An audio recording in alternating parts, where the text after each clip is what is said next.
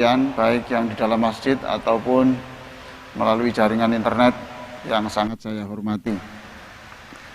Malam hari ini saya akan menyampaikan ceramah tentang atau dengan topik jangan memaksa Allah. Kajian malam hari ini tetap pada bingkai terapi sholat bahagia.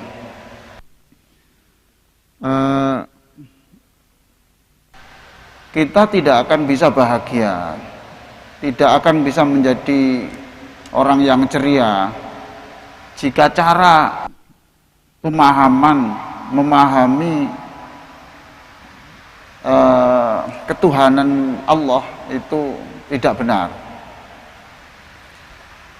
Bapak Ibu sekalian, di dalam doa antara dua sujud ya, kita berdoa Rabbi firli warhamni, kemudian wajburni, ya Allah penuhilah apa saja yang menjadi kebutuhan saya, ya kebutuhan makan, minum, kebutuhan membayar angsuran, itu minta semuanya, kita mintakan pada Allah. Warzukni, berikan aku rezeki yang melimpah, yang banyak, supaya saya tidak menjadi objek belas kasih orang, supaya saya tidak yang menerima tetapi saya yang memberi. Wa'afini, berikan saya sehat supaya tidak membebani orang, supaya saya bisa beraktivitas lebih daripada orang yang sakit, dan seterusnya. Tetapi kita harus tahu bahwa doa itu harus dipandang sebagai ibadah, jangan hanya dipandang sebagai permintaan. Saya ulang, doa itu harus dipandang sebagai ibadah, bukan sebagai permintaan semata. Lalu kita mensifati Allah juga harus komplit. Harus komplit. Allah Tuhan yang maha memberi rezeki, betul. Tapi jangan lupa kalau hanya itu yang dipercaya, maka dia bisa menjadi orang stres, tidak bahagia. Karena kemudian ketika kita minta, kemudian kita bilang kepada Allah, ya Allah katanya engkau itu Tuhan yang memberi rezeki, kenapa saya kok tidak diberi rezeki? Hari ini atau bulan ini, tahun ini kok susah? Pertanyaan begini karena dia mensifati Allah hanya Tuhan yang maha memberi rizki, padahal ini silakan dicatat di dalam surah Saba ayat 36.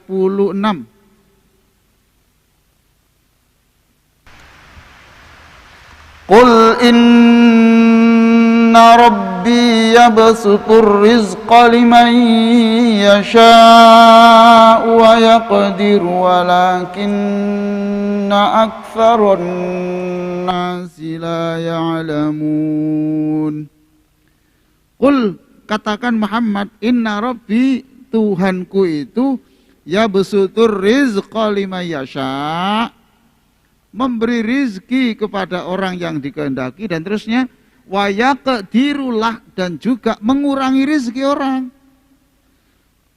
Jadi Allah itu Tuhan yang maha memberi rizki yang luas, dan juga Allah maha mengurangi. Nah kalau kita hanya mensifati Allah Tuhan yang maha memberi rizki, ini jadi gelisah kita ini. Tetapi kalau kita memahami Allah itu Tuhan yang memberi rizki dan Tuhan yang mengurangi atau mencabut rizki, lah enak kita. Surat apa tadi?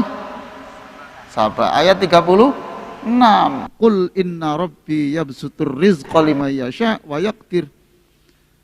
Nah, kebanyakan manusia itu hanya mensifati Tuhan yang maha memberi, Tuhan yang hanya memberi rizki. Benar Quran itu. Ayat berikutnya, walakinna aktsaron nasi la ya'lamun. Tapi kebanyakan manusia itu tidak tahu ini. Nah, kapan Allah itu memberi rizki kepada kita? Atau kapan Allah mengurangi rizki kepada kita? Itu urusannya Allah. Kita tidak boleh memaksa Allah sesuai dengan kehendak kita. Faham? Maka di dalam doa kita, fa innaka taqdi, lanjut, fa innaka taqdi wala yuqda alaik. Doa kunut. Wahai Allah, engkau itu Tuhan yang maha memutuskan dan tidak boleh ada orang yang memaksa engkau membuat keputusan.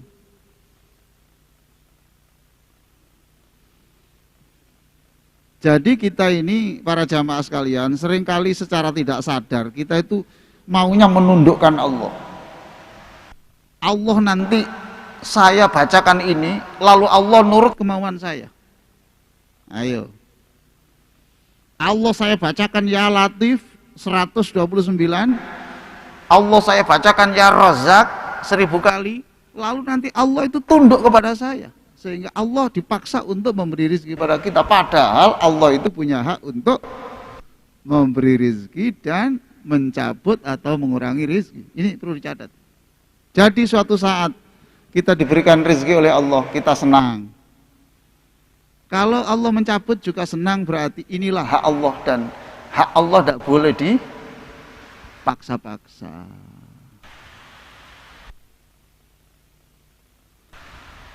Para jamaah sekalian, makanya judulnya malam ini jangan memaksa Allah, ya. Jangan memaksa Allah, jangan mendikte Allah. Nah sekarang, bagaimana supaya itu tidak terkesan mendikte? Supaya doa kita itu tidak terkesan mendikte, dan supaya kita ini legowo dan kita senang, resepnya ini. Lihat surah Al-Mulk ayat 29.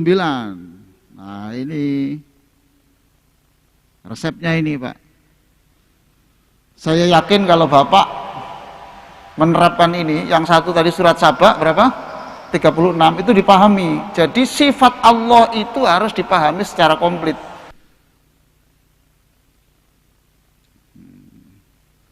Allah yang menghidupkan, ayo. Allah maha menghidupkan. Yang kedua, Allah maha mematikan, ya harus difaham. Itu haknya Allah. Jadi kita sudah berdoa, ya sudah doa. Oh Allah punya hak yang begitu.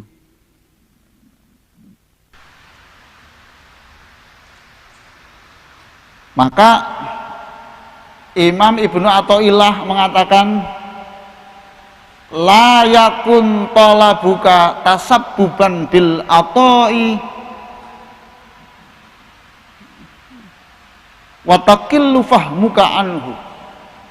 Jangan sekali-kali kamu meminta, jangan sekali-kali permintaanmu itu nanti menjadi sebab Allah memberi engkau. Kalau itu yang terjadi, fayaqilla fahmuka anhu, maka sedikit sekali ilmumu itu, kamu masih kelihatan tidak pinter. Lalu bagaimana? Wal yakun talabuka liidharil ubudiyah. Maka doamu itu harus diyakini, ya sudah, karena saya disuruh Allah berdoa, saya berdoa. Karena Rasulullah menyuruh saya meminta kepada Allah, saya juga meminta. Ya sudah. Allah memberi apa? Itu urusannya Allah. Saya tidak boleh mendikte Allah. Wa qiyaman bihuquqir rububiyah, dan untuk menegakkan hak-hak ketuhanan Allah. Nah gitu. Kalau tidak begini Bapak, ya, Bapak sering kali protes ke Gusti Allah. Ya Allah, katanya engkau itu maha mendengar, tapi kenapa engkau kok tidak mendengar suara saya? Katanya engkau itu maha tahu kesulitan saya, tapi kenapa engkau tidak memberikan solusi masalah saya? Karena salah paham ini, maka ada orang keluar dari Islam gara-gara ini. Tidak hanya stres, tidak hanya depresi. Saya punya siswa SMA, dia keluar dari Islam.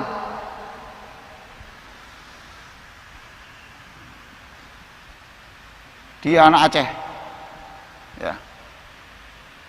Kenapa kamu keluar dari Islam? Iya Pak, saya ini punya pacar Pak, cantik sekali Pak, solihah, cantik sudah pokoknya dia senang, saya senang. Saya puasa Senin Kemis, malam tuh tahajud, baca Quran gitu. Ternyata wanita itu meninggalkan saya. Ketika saya mendekat Allah, justru Allah ini tidak tahu apa yang saya butuhkan. Nah ini coba perhatikan. Karena dia mensifati Allah dengan satu sifat, harus lengkap itu Pak. Maka orang yang bersedih itu pasti imannya keropos, pasti salah di dalam keimanannya, itu salah. Akhirnya kemudian dia ini bertemu dengan seorang ustadz, kemudian diajak berpikir, diajak ngobrol, kemudian kembali lagi ke Islam. Alhamdulillah sampai sekarang dia muslim. Nah kita sebenarnya juga kadang-kadang protes ke Gusti Allah, walaupun tanpa diucapkan. Ya Allah, saya ini kurang apa? Sudah berapa tahun saya berdoa begitu. Nah sekarang supaya ini Pak ya, supaya tidak stres, cara berdoa itu gunakan rumus surat Al-Mulk ayat 29. Nih, Qul huwar rahmanu amanna bihi wa alaihi tawakkalna fasata'lamuna man huwa fi dhalalim mubin. Qul huwar rahman. Kalau kamu berdoa, puji dulu nama Allah, Ar-Rahman. Ya Allah, Ar-Rahman, Allah Engkau maha pengasih saya. Engkau itu maha pengasih ya Allah. Aman Nabi, sungguh saya ini yakin. Saya ini iman. Betul, Engkau maha pengasih. Ya Allah, wahai Allah, saya sakit. Dan saya yakin Engkau itu maha tahu saya sakit. Dan saya yakin Engkau itu pasti mengasihi saya, tidak mungkin Kau meninggalkan saya. Saya yakin Kau pasti maha kuasa menyembuhkan saya. Itu aman Nabi. Tapi jangan lupa, doa harus diakhiri wa alaihi tawakkalna. Akhir dari doa itu Bapak tambahi, itulah doa saya, selanjutnya saya pasrah kepadamu. Apakah engkau menghidupkan saya ataukah engkau mematikan saya, itu hakmu, saya tidak berani ikut campur. Apakah engkau menambah rezeki atau tidak, itu hakmu. Kata-kata penyerahan diri kepada Allah, inilah yang menjadi kunci kebahagiaan. Nah, bapak-bapak lebih sering mana? Berdoa diakhiri dengan tawakal atau tanpa diakhiri dengan tawakal? Hah? Ya itu Pak, yang membuat Bapak susah ya itu, mudah marah ya itu Ustaz. Tuh. Tapi kalau diakhiri